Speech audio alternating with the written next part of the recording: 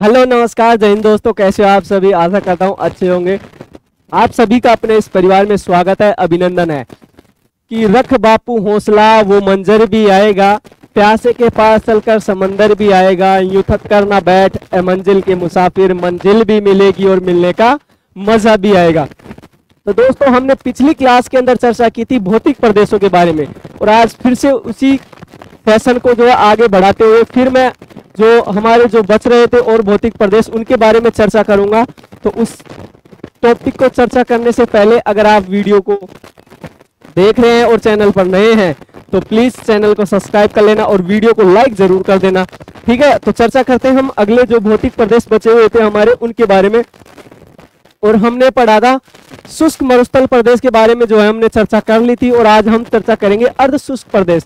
और जो अर्ध शुष्क जो प्रदेश है उसको 4 भागों में बांटा गया है। तो आप देख सकते हैं यहाँ पे अर्ध शुष्क जो मरु प्रदेश है उसको 4 भागों में विभाजित किया है।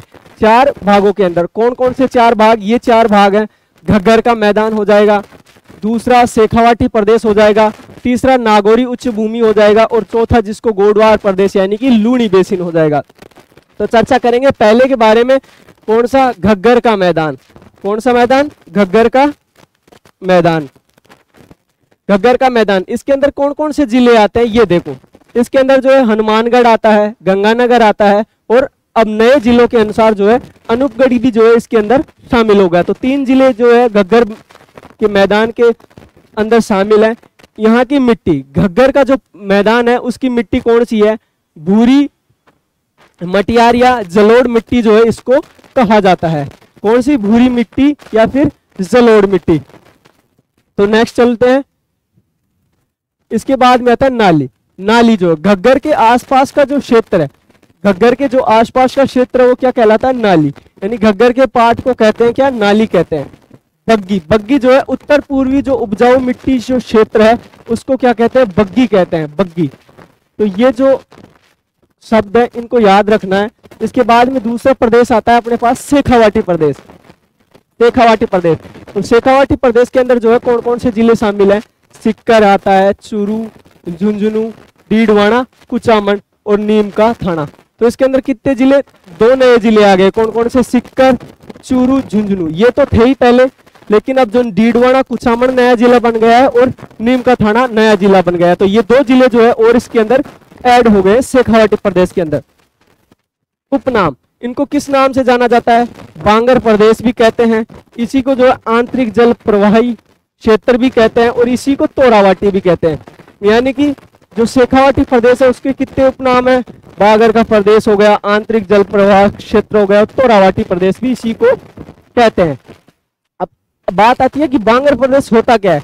अनुपजाऊ जो मिट्टी का क्षेत्र होता है उसे बांगर कहते हैं।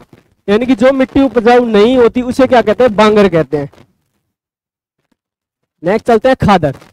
अब क्या होता है खादर? बांगर तो जान ली, पुरानी जलोढ़ मिट्टी जो है क्या हो जाएगी? बांगर। खादर, खादर जो नवीन जलोढ़ जो मिट्टी होती है उसे खादर कहते हैं। ये याद रख लेना आप, नवीन जलोढ़ मिट्टी। नदी द्वारा जो उपजाऊ मिट्टी बहाकर लाई जाती है वो क्या होती है? खादर होती है। राजस्थान में नहीं है, कौन सी? खादर। खादर जो मिट्टी और राजस्थान में नहीं पाई जाती। जोहड़ या नाड़ा किसे कहते हैं? जोहड़, यानी कि कच्चे कुएं जो होते हैं उन्हें जोहड़ कहते हैं। जोहड़ बीड़, बीच, जोहड़ बीच, चौबी, बीड़। बीड़ क्या होता है? जो घास के जो मैदान होते हैं उनको बीड़ कहते हैं। और बीहड़ जो है वो चंबल का जो क्षेत्र होता है, यानी गहरे खड्डे होते हैं, काफी ज्यादा पेड़ पौधे होते हैं, सघन जो वृक्षों का जो क्षेत्र होता है उसे कहता है बीहड़। कौन सा? चंबल का जो क्षेत्र होता है वो। उसके बाद में नेक्स्ट चलते हैं कांतली नदी। कांतली नदी जो है खंडेला सिक्कर के अंदर से निकलती है और नीम का थाना और झुंझुनू में जो है प्रवाहित होती है। इसके बाद में तीसरा क्षेत्र आता है अपने पास नागौरी उच्च भूमि। नागौरी जो उच्च भूमि है ये लूणी बेसिन और जो शेखावाटी जो प्रदेश है उसके मध्य का भाग है। कौन सा? नागौरी उच्च भूमि।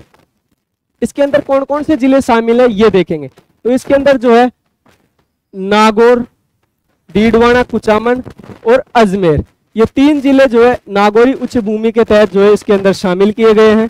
और यहाँ की जो मिट्टी है ये मिट्टी जो है सोडियम क्लोराइड इस मिट्टी के अंदर जो है पाया जाता है। सोडियम क्लोराइड की जो है इस मिट्टी के अंदर अधिकता पाई जाती है। इसके बाद में आता है नमक का स्रोत। नमक का स्रोत कौन सा हो जाएगा? अरब सागर का मानसून हो जाएगा और माइकासिस्ट जो चट्टान है वो यहाँ पे हो जाएंगी। कुबड़ पट्टी या फिर बांका पट्टी, इसी को क्या बोलते हैं? होच बेल्ट कहते हैं। ये जो है नागौर और अजमेर के मध्य है। कौन सी? कुबड़ पट्टी। कहाँ है? नागौर और अजमेर के जो मध्य का जो क्षेत्र है वो कुबड़ पट्टी या इसी को कहते हैं बांका पट्टी होती है।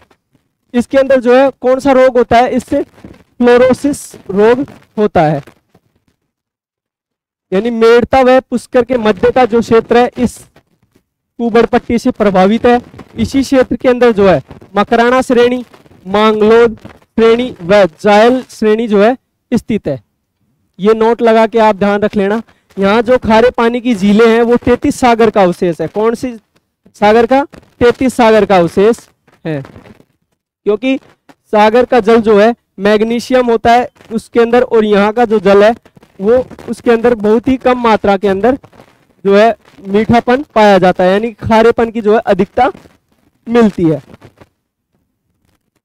इसके बाद में आता है हरे कबूतर या हरियल पक्षी। नागौरी उच्च भूमि क्षेत्र और वो जो सरिस्का का जो क्षेत्र है यहाँ पे ये पक्षी जो है पाए जाते हैं। कौन से? हरे कबूतर या हरियल पक्षी। अब चौथा जो अपने पास क्षेत्र आता है वो आता है गोडवार प्रदेश या लूनी बेसिन। इसके अंदर कौन कौन से जिले शामिल है? इसके अंदर जो है अजमेर है, नागौर है, ब्यावर है और जोधपुर ग्रामीण है, बालोतरा है, बाड़मेर है, सांचौर है। ये जो जिले हैं ये इस क्षेत्र के अंदर कौन से में लूनी बेसिन या फिर गोडवार जो प्रदेश है इसके अंदर शामिल है। इसका क्षेत्रफल कितना है? 3500 वर्ग किलोमीटर जो है इसका क्षेत्रफल है। नेहड़ या निरहत, बाड़मेर और जो सांचौर का क्षेत्र है उसको नेहड़ कहते हैं। क्या कहते हैं? नेहड़। इसके बाद में आता है 56 की पहाड़ियां।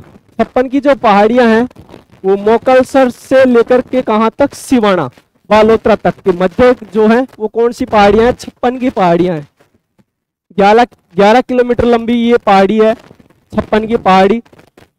इसका उपनाम क्या है? ग्रेनाइट पर्वत।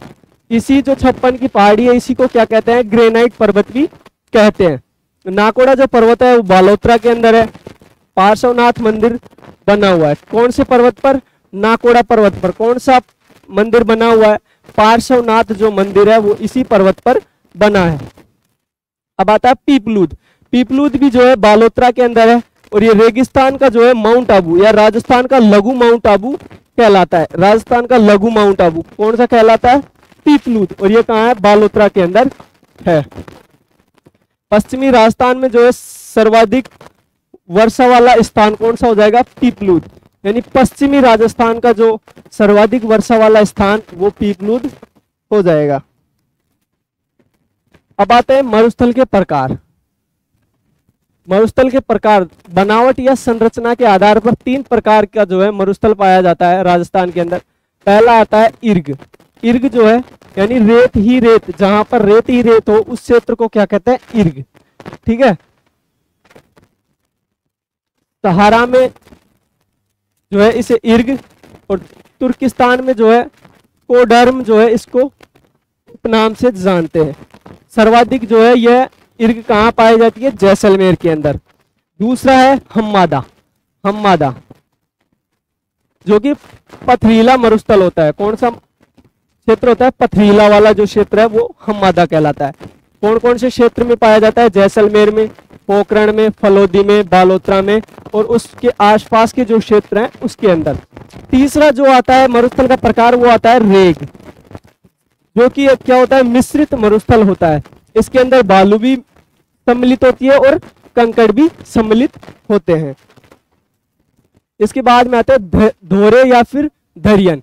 साहित्य भाषा में इसको क्या कहते हैं? धारे कहते हैं। और ये जो है जैसलमेर के अंदर धरियन नाम से जाने जाते हैं। तो कहाँ पाए जाते हैं? जैसलमेर के अंदर पाए जाते हैं। तो आज हमने चर्चा की किसके बारे में? जो अर्धशुष्क जो मरुस्थल का भाग है उनके 4 भागों के बारे में हमने आज चर्चा की इस क्लास के अंदर। अगर वीडियो अच्छी लगी हो तो लाइक करना, चैनल पर नए हो तो सब्सक्राइब करना। तो मिलते हैं नेक्स्ट वीडियो के अंदर, तब तक के लिए थैंक यू। जय हिंद, जय भारत।